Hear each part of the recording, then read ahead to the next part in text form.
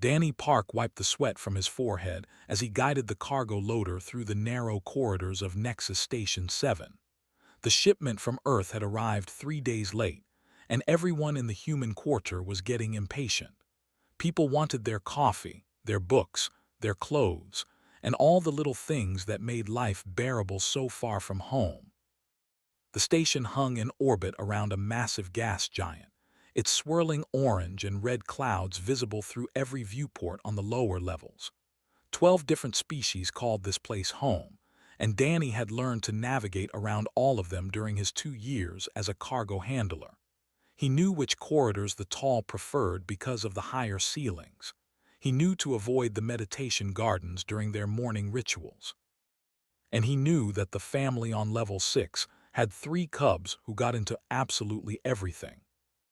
Danny liked They looked like bears with 6 legs and soft gray fur that seemed to shimmer under the station lights.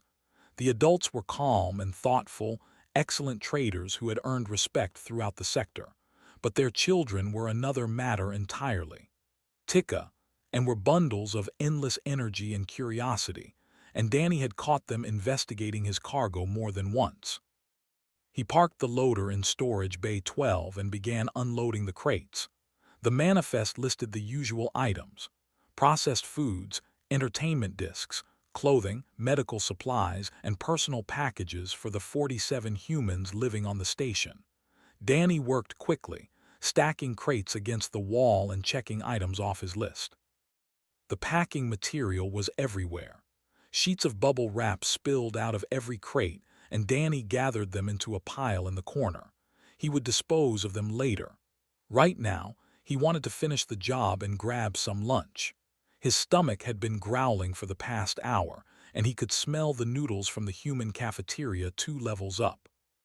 He locked the main crates but left the pile of bubble wrap sitting in the open. It was just packing material.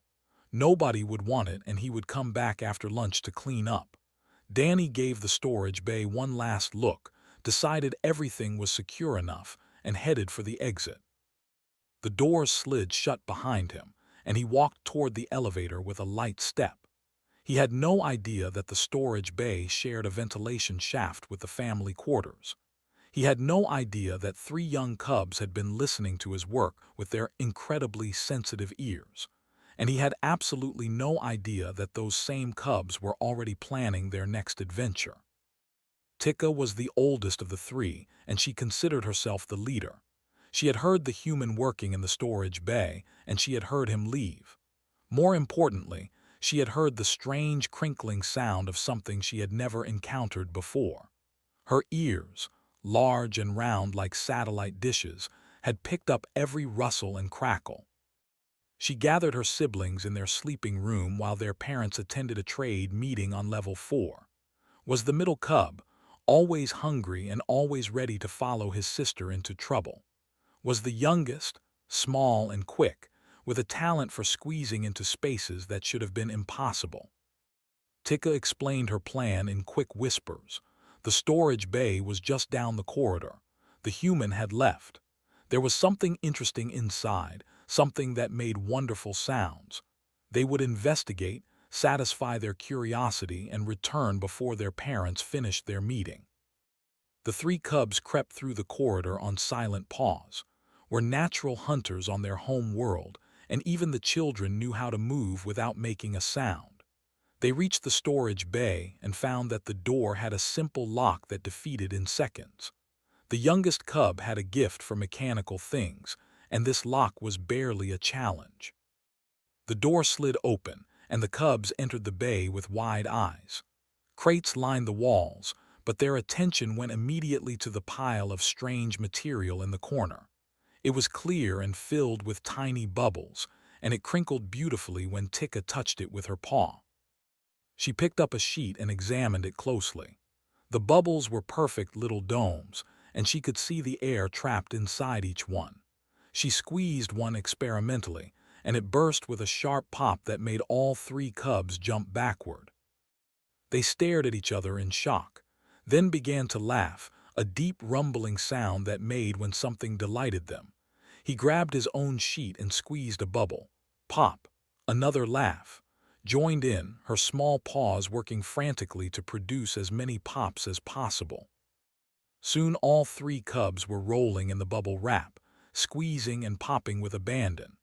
The sound filled the storage bay and echoed into the ventilation system. Pop, pop, pop. The noise bounced through the metal corridors and reached the acoustic sensors that monitored every section of the station. Tika discovered that she could twist a whole sheet and pop dozens of bubbles at once. The rapid-fire sound was incredible, and she did it again and again. Her siblings her technique, and soon the storage bay sounded like a war zone. The cubs were so absorbed in their game that they did not notice the red lights beginning to flash in the corridor outside. They did not hear the alarm that began to wail on the security level. They did not see the blast doors beginning to close throughout the station. Lieutenant was walking through the alien residential sector when the lockdown began. She heard the announcement first, a calm voice speaking in 12 languages about an active threat and ordering all residents to shelter in place. Then the blast doors slammed shut in front of her, and she was trapped. She pulled out her communicator and tried to reach Security Command, but the signal was jammed. That only happened during the most serious emergencies. Felt her heart begin to race as she looked around at the terrified alien faces surrounding her. Something very bad was happening on Nexus Station 7, and she had no idea what it was. 3 levels below, in a storage bay filled with human cargo, the cubs continued to pop bubble wrap without a care in the world. Tika had found an especially large sheet, and she was saving it for something special. The sound of their play echoed through the station, and with each pop, the chaos above them grew worse. Commander stood in the center of the security hub and watched the data streams with growing alarm. His scales had shifted from their normal green to a pale yellow, a sign of extreme stress that his officers knew well. They were a cautious species by nature, and was cautious even by their standards. The acoustic sensors had picked up the sound 12 minutes ago, rapid bursts of sharp noise coming from storage bay 12 on level 6. The computer had analyzed the pattern and returned a result that made his blood run cold. A 94.7% match for small arms fire. Someone was shooting on his station. Initiated quarantine protocols without hesitation. Blast doors sealed throughout the facility, trapping residents in whatever section they happened to occupy. Communications were restricted to prevent panic and to stop the attackers from coordinating. Armed response teams began gathering at strategic points throughout the station. The commander studied the sound pattern on his display. The bursts were irregular, which suggested either multiple shooters or a single attacker who was moving between positions. The location was troubling. Storage Bay 12 was in the shared commerce section, close to residential quarters for 3 different species including the humans. His mind went to dark places. Humans had a violent history. Everyone in the galaxy knew the stories about their wars, their weapons, their capacity for destruction. They were relatively new to the galactic community, and some species still did not trust them. Had one of them finally snapped? Was this the beginning of something terrible? A junior officer approached with a tablet. The sound was continuing, she reported. Intermittent bursts followed by periods of silence. Security teams were in position outside the storage bay, awaiting orders to breach. Nodded slowly. He would wait for more information before sending his people into danger. The attackers were contained for now, and no casualties had been reported. He could afford to be patient. 3 levels up, Heather Cole was having the worst day of her career. The human nurse had been checking on patients in the medical bay when the lockdown began, and now she was trapped with 6 alien patients who were convinced that humanity had declared war on the station. An elder was demanding to speak with his ambassador. 2 young were hissing at her every time she moved too quickly.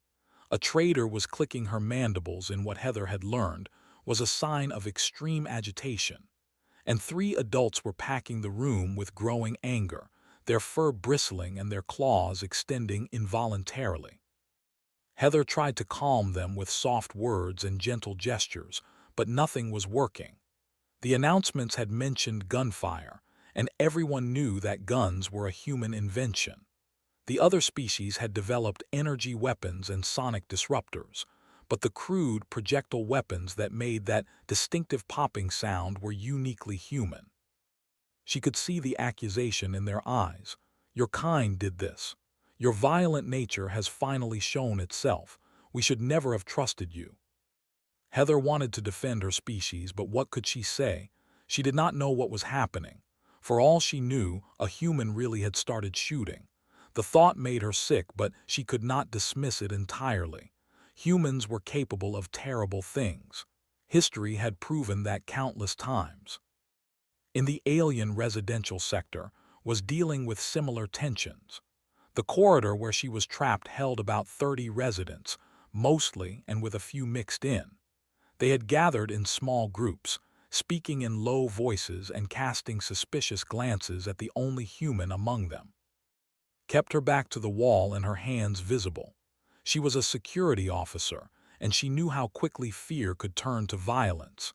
These people were scared, and scared people did unpredictable things. She needed to stay calm and non-threatening until she could figure out what was actually happening. She listened carefully to the sounds around her. The station had gone quiet except for the soft hum of life support and the occasional announcement repeating the shelter-in-place order.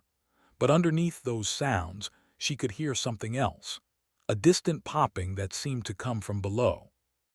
Closed her eyes and focused. The sound was familiar somehow. Not quite like gunfire, though she could understand why sensors might make that mistake. There was something playful about the rhythm, something random and joyful that did not match the pattern of an actual attack. She opened her eyes as a memory surfaced.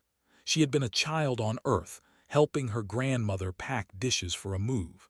There had been bubble wrap everywhere, and she had spent hours popping the little bubbles while the adults worked around her. The sound had been exactly like this. Her eyes went wide. Bubble wrap. Someone was popping bubble wrap, and the station thought it was gunfire. Almost laughed, but then she realized the danger. Armed security teams were probably converging on the source right now. If they breached that room expecting shooters and found something innocent instead, someone could still get hurt. Worse, if the people making the sound panicked when armed officers burst in, the situation could turn deadly in an instant. She tried her communicator again, but it was still jammed. The blast doors were sealed tight, and she had no way to reach security command. But she knew these corridors. She had walked them 100 times during her patrols, and she knew that maintenance tunnels ran beneath the floor plates, connecting different sections of the station. Dropped to her knees and found the access panel she was looking for. It was locked, but she had override codes. Her fingers flew across the keypad, and the panel slid open to reveal a narrow tunnel below. She looked up at the aliens watching her. They seemed confused by her sudden activity, but no one tried to stop her. Lowered herself into the tunnel and began crawling towards Storage Bay 12. She had to get there before the breach team. She had to stop this before someone got killed over packing material. Above her, the popping continued. Tika, and had discovered that jumping on the bubble wrap produced even better sounds, and they were bouncing with all 6 legs in perfect rhythm.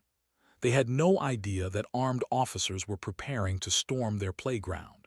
They had no idea that their game had brought an entire station to its knees. They only knew that this was the most fun they had ever had, and they never wanted it to stop. Danny Park sat in the human cafeteria with a bowl of noodles growing cold in front of him. The lockdown had caught him completely by surprise, and now he was stuck here with about 20 other humans who were all asking questions he could not answer. The announcements mentioned gunfire, actual gunfire on the station. Danny had never heard a real gun in his life. Like most humans born after first contact, he had grown up in a world where such weapons were museum pieces. Energy weapons were cleaner and more precise, and nobody made the old projectile guns anymore. but someone apparently had one now, and they were using it somewhere on the station. Danny tried to think about who could possibly have brought such a weapon aboard. Security scans were thorough, and even antique weapons would have been detected, unless someone had built one from scratch using parts that individually seemed harmless. His mind wandered to conspiracy theories. Maybe it was a terrorist. Maybe it was someone from one of the species that still distrusted humans. Maybe it was a human who had finally cracked under the pressure of living so far from home. The possibilities made him feel sick, and he pushed his noodles away. A woman named Grace sat down across from him. She worked in the station's administrative office and usually had access to more information than most people. Danny asked her what she knew, but she shook her head. Communications were locked down tight. Nobody knew anything beyond what the announcements were saying. The waiting was unbearable. Danny stood up and walked to the window that looked out over the gas giant below. The swirling clouds were beautiful, but he could not appreciate them right now. His thoughts kept returning to the storage bay where he had left his cargo. Level 6. The announcements had mentioned Level 6. A cold feeling settled in his stomach. His cargo, his bubble wrap. He had left it sitting in the open where anyone could find it. But that was ridiculous. Bubble wrap could not hurt anyone. It was just plastic with air bubbles. People popped it for fun. It made a satisfying sound that humans had enjoyed for generations. There was no way that bubble wrap could be responsible for a station-wide lockdown, unless someone thought the sound was something else. Danny's face went pale.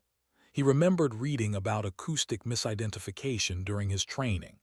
Sensors could be fooled by sounds that matched certain patterns, and bubble wrap, especially when popped rapidly, could sound almost exactly like rapid gunfire to a computer that had never encountered it before. He needed to tell someone. He needed to explain what had happened.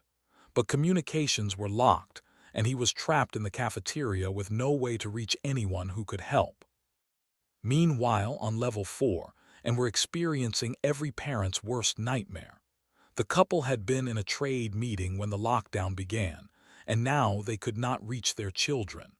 Their communicators were blocked, and the blast doors between them and their quarters were sealed tight. Was packing the conference room with her fur standing on end. Her claws had extended fully, and she was making a low growling sound that made the other species in the room nervous. Stood beside her, trying to project calm even though his hearts were pounding with fear. Their cubs were alone. The announcements mentioned gunfire. What if the shooters had gone to the residential section? What if their children were in danger right now and they could not reach them? Ambassador watched the parents with sympathy. The elderly diplomat had been in the middle of delicate trade negotiations when everything fell apart, but such matters seemed trivial now. Lives were at stake, and nothing else mattered. The other delegates in the room had already begun pointing fingers. A merchant was loudly blaming humans for the violence. A scientist was demanding an investigation into how weapons had been smuggled aboard. The careful diplomacy that had spent weeks building was crumbling before his eyes. He tried to restore order, but no one was listening. Fear had taken over, and fear made people stupid. They wanted someone to blame, and humans were the obvious target. The species with the violent history. The species that had invented guns in the first place. Knew better than to make assumptions. He had lived a long time and had seen many situations that were not what they first appeared to be. But his voice was lost in the chaos of accusations and demands, and he eventually gave up trying to speak. In the maintenance tunnels beneath Level 6, was crawling as fast as she could. The tunnels were cramped and hot, designed for repair drones rather than people. Her uniform was already soaked with sweat, and her knees ached from the constant pressure against the metal floor. She could hear the popping more clearly now. It was definitely coming from Storage Bay 12, and it was definitely bubble wrap. The rhythm was unmistakable once you knew what to listen for. Random bursts of varying intensity, sometimes fast and sometimes slow, exactly like children playing. Children, the thought hit her suddenly. The cubs. They lived near this section, and they were notorious for getting into things they should not touch. If they had found the bubble wrap and started playing with it, they would have no idea what they had caused. Moved faster, ignoring the pain in her joints. She had to reach that storage bay before the breach team. She had to make sure those cubs were not harmed by officers expecting armed resistance. Her communicator crackled suddenly.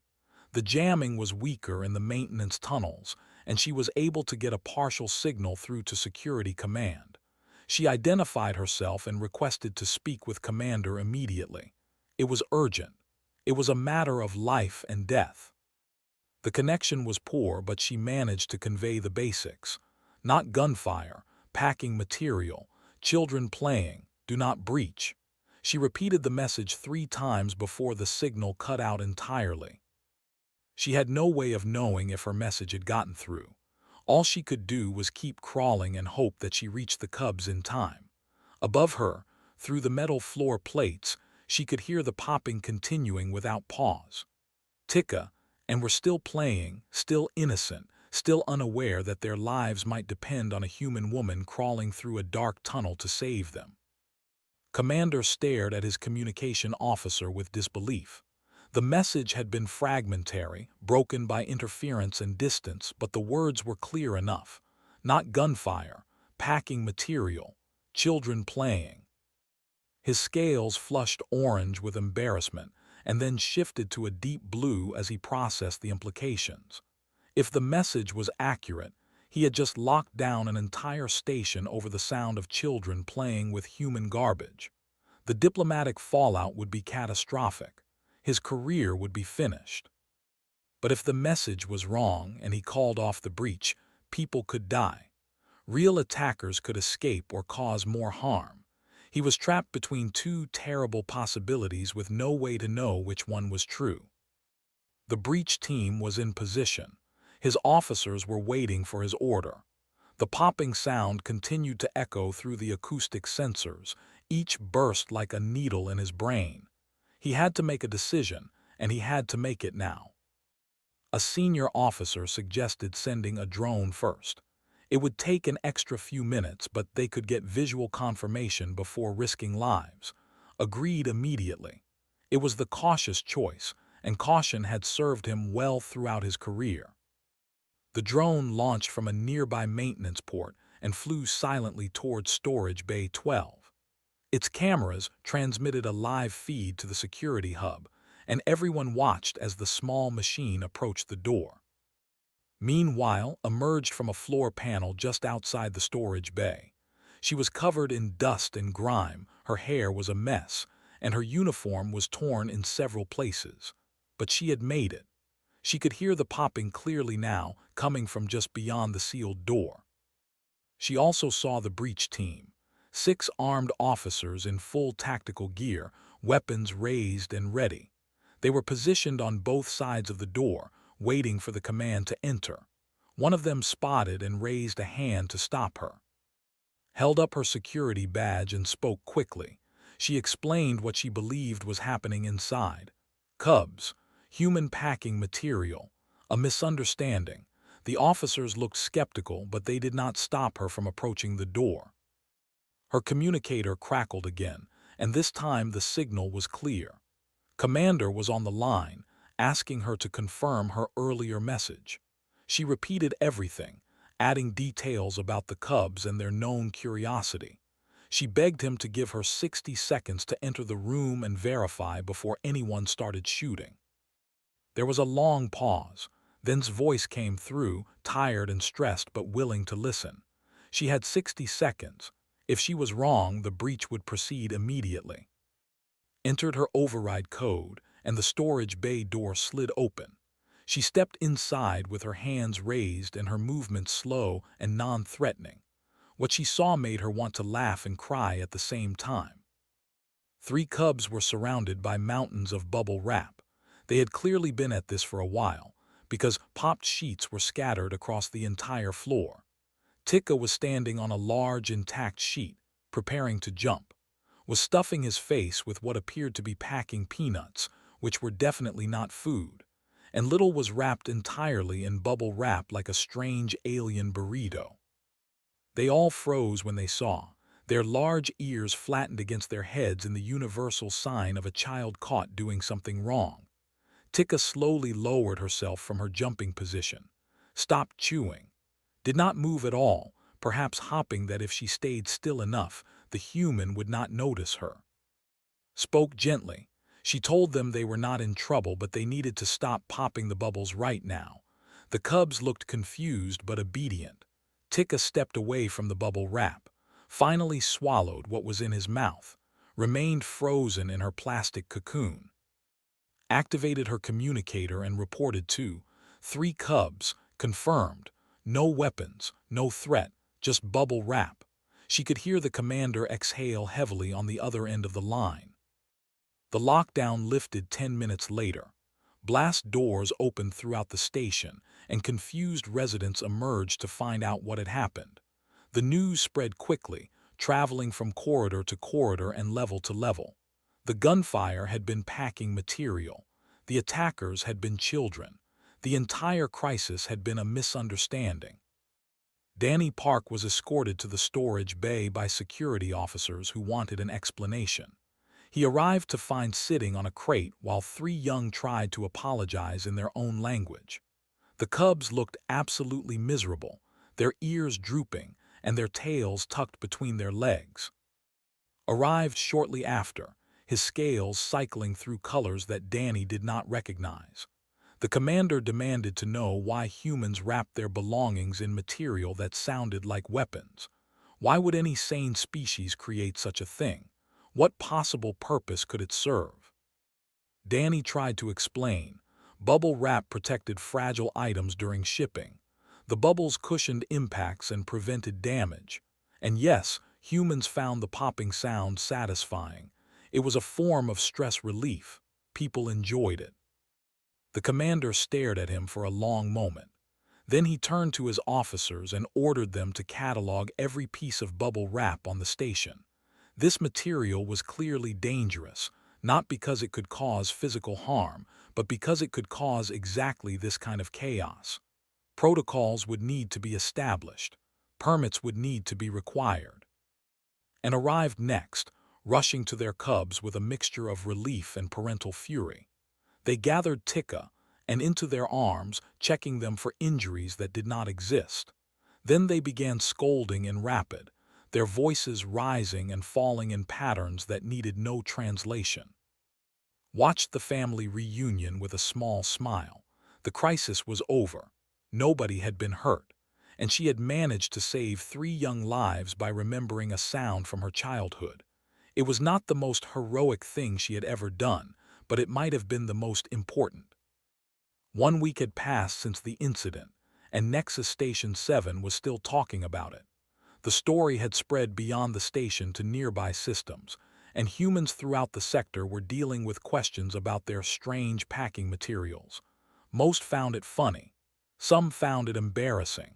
A few were genuinely annoyed that their species was being mocked over plastic bubbles. Station administrator had convened an emergency cultural awareness committee to prevent similar incidents in the future.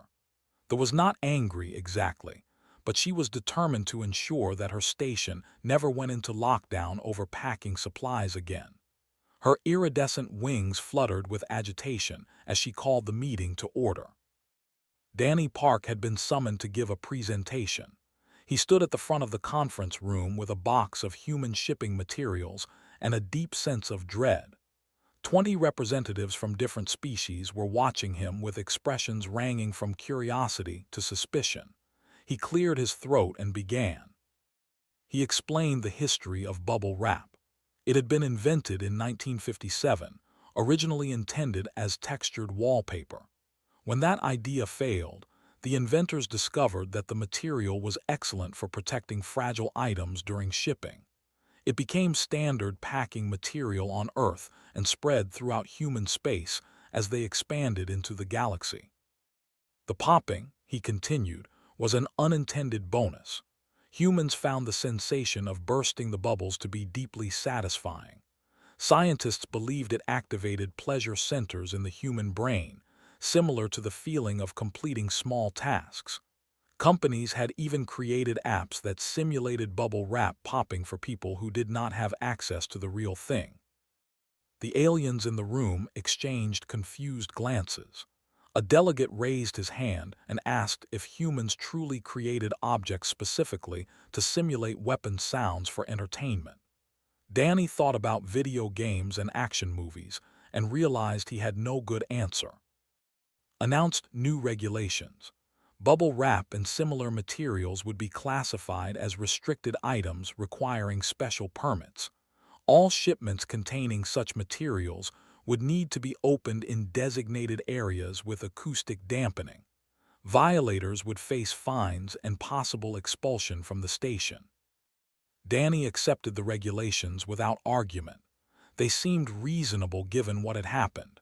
He gathered his materials and prepared to leave, but then something unexpected occurred. Ambassador stood up and requested permission to speak. The elderly had been quiet throughout the meeting, but now his voice carried authority that silenced the room. He said that he had been thinking about the incident all week, and he had reached some interesting conclusions. The bubble wrap crisis, explained, had revealed something important about humans. They created things that seemed dangerous but were actually harmless. They found joy in small pleasures that other species could not understand. And when faced with a crisis, a single human had crawled through maintenance tunnels to save children of another species without hesitation. He proposed that bubble wrap be incorporated into the ongoing trade negotiations as a symbol, not of human violence, but of human unpredictability and hidden kindness. Humans were strange and confusing, but perhaps that was exactly what the galactic community needed. A species that kept everyone guessing. The room was silent for a moment, then clicked her mandibles in what Danny recognized as laughter. Other delegates joined in, the tension breaking like ice in spring. Even Commander, sitting in the back corner with his scales a neutral gray, allowed himself a small smile. Received a commendation for her actions during the crisis. The ceremony was small and private, just a handful of officers and administrators acknowledging her quick thinking.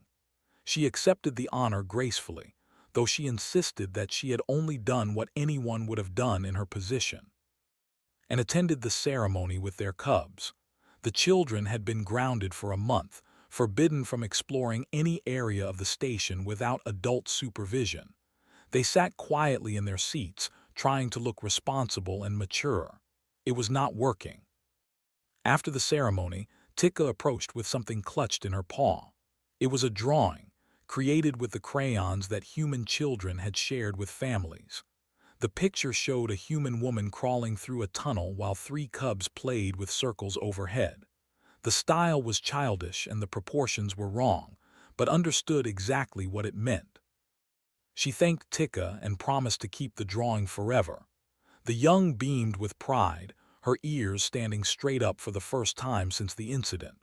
Her siblings crowded around, pointing at different parts of the picture and explaining what each element represented. 3 days later, a new shipment arrived from Earth. Danny Park requested security supervision before opening any crates, and Commander personally assigned a team to observe.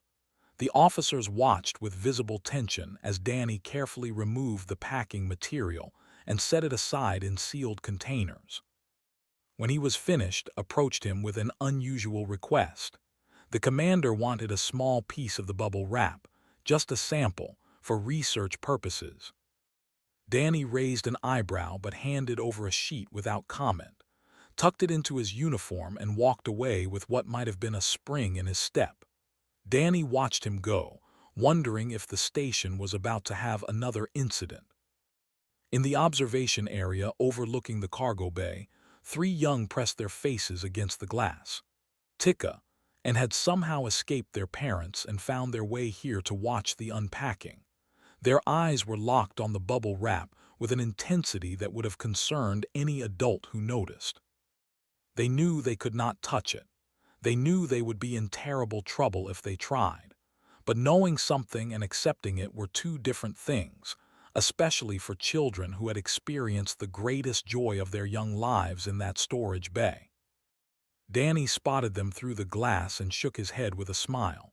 He held up a small piece of bubble wrap, showed it to the cubs, and then slowly placed it in a sealed container. The cubs watched every movement with desperate longing. But then Danny did something unexpected. He walked to a communication panel and made a call. A few minutes later, arrived at the observation area with a resigned expression. Danny handed him the sealed container and explained that it was a gift for the family, one small piece, to be used only under adult supervision, in a soundproof room. Looked at the container, then at his children, then back at Danny. The father seemed to be weighing the risks against the joy on his cubs' faces.